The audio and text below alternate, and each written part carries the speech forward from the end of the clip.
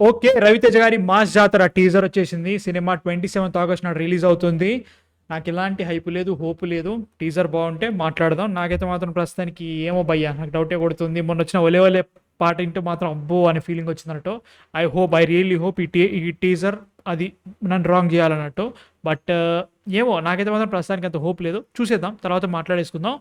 ఏమో భయ్యా, బాగుంటే హ్యాపీ, కాదు ఏమనంటే మాస్ మాస్ అని ఒప్పుతున్నారు. So ya, let's watch it first and then talk about it. So ya, okay. Sitara, okay. ఇక్కడ ఒక కాలేజ్ స్టూడెంట్ చంపేశాడు సార్. వాడి బ్యాక్గ్రౌండ్ ఏంటి? మళ్ళీ బ్యాక్గ్రౌండా? Railway police. ఆయన డిపార్ట్మెంట్ తప్ప అన్ని డిపార్ట్మెంట్లో ఏలు పెడుతూ ఉంటారు. ఉడుము. సైన్స్ అంటే నాకు మస్త్ ఇష్టం. ఇంటర్మీడియట్ లో నాకు 100/100. ఇంటర్లో ఉన్నది 60 మార్కులే కదా. చేసేద్దాం ఏంటి? ఏంటి? నాకంటూ ఒక హిస్టరీ ఉంది. డిస్టర్బ్ చేశారనుకోండి, చాలా వైల్డ్ గా రియాక్ట్ అవుతాడు.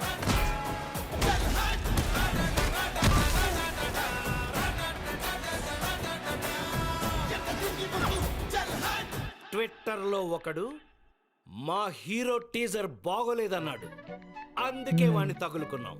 నేనే ఈ టీజర్. అడ్రస్ పెట్టు. అడ్రస్ పెడితే ఏం చేస్తావు? స్విగ్గీలో ఆర్డర్ చేస్తావా? టీజర్ బాగాలేదు నేను అంటున్నా. ట్విట్టర్లో ఏంది, నేనే అంటున్నా యూట్యూబ్లో.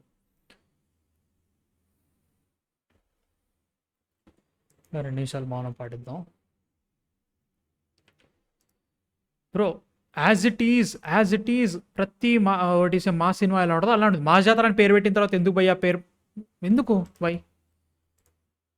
సేమ్ డైలాగులు ఉంటాయి. ఒకటి same Krack version, Krack with you know Sreeleela version. Krack and దమ్మా కలిపితే ఎట్లా ఉంటుంది విత్ మన బీమ్స్ మ్యూజిక్ వేస్తే ఎట్లా ఉంటుంది అట్లా. రైల్వే పోలీస్ ఈసారి పోతున్నాడు, వీళ్ళని ఇట్లా తింటాడు. సో అదొకటి చేస్తూ నవ్వించేద్దాం అనుకుంటా వీళ్ళని దీంట్లో. ఏమో ఏమో అంటే లైక్ లుక్ బాగుంది, బట్ చెప్తున్నా కదా, nothing new, just safe game కొడుతున్నారు. చాలా సేఫ్ గేమ్. అరే లాస్ట్ సినిమాలు ఆడట్లే కాబట్టి మళ్ళీ ఇంకో పోలీస్ గెటప్ వేసేద్దాం, లైక్ దీన్ని చూసి జనాలు వచ్చేస్తారు, వీ హ్యావ్ విక్రమార్కుడు పవర్, అవి చేసేద్దాం. అదే ఎగ్జాక్ట్లీ అది చేస్తాం. ఏమీ కావట్లేదు, సేమ్ స్లో మోషన్లో సేమ్ అవే. హీరోయిన్గా ఈ ఉడుము షాట్ బాగుంది. ఈ ఉడుము షాట్ అయితే బాగుంది. సీజీయా లేకపోతే ఒరిజినల్ తీసారో తెలియదు కానీ ఇదైతే బాగుంది, చాలా బాగుంది అనిపించింది.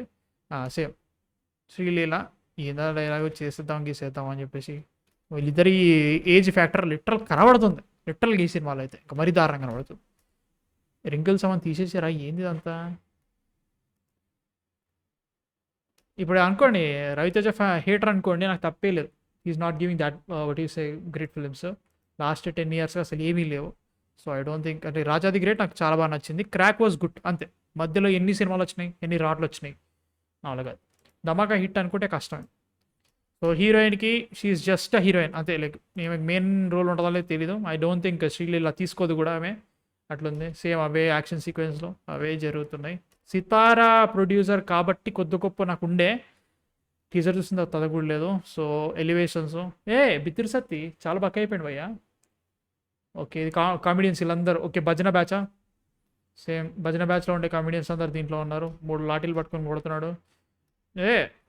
కనీసం ఒక డార్క్ సినిమా తీసినా అయిపోయేదేమో నాకు అనిపిస్తుంది. I don't know why. నేను ఎందుకు ఇట్లా అంటున్నాను అనకండి. హిట్ 3 లాంటి సినిమా రవితేజ గారికి పర్సనల్ రైట్ నో బాగా సెట్ అవుతుంది నా ఫీలింగ్. హిట్ ఫ్రాంచైజ్లో ఒకటి చేస్తే పర్లేదు, ఏం కాదు. అది ఫ్లాప్ అయినా పర్లేదు. హీస్ ట్రైన్ డిఫరెంట్ అనుకోవచ్చు. సేమ్ అదే మాస్, సేమ్ అదే డైలాగులు, సేమ్ అదే తిరుగుడు, సేమ్ అదే హీరోయిన్, సేమ్ అదే రొమాన్స్. ఎందుకు ఇంకా నాకు వచ్చిన అది లెటర్ ఈ సేమ్ డైలాగ్ కామెడీ. ఇప్పుడు మనకి బ్రహ్మానందం గారు లేరు కాబట్టి వీళ్ళిద్దరు కాంబినేషన్లు ఇప్పుడు కామెడీ పడుతుంది. రాజేంద్ర ప్రసాద్ చాలా బాగా అయిపోయారు భయ్య, నిజంగా చాలా బాగా అయిపోయారు. సినిమాలు చాలా తేడా కనబడుతుంది. I hope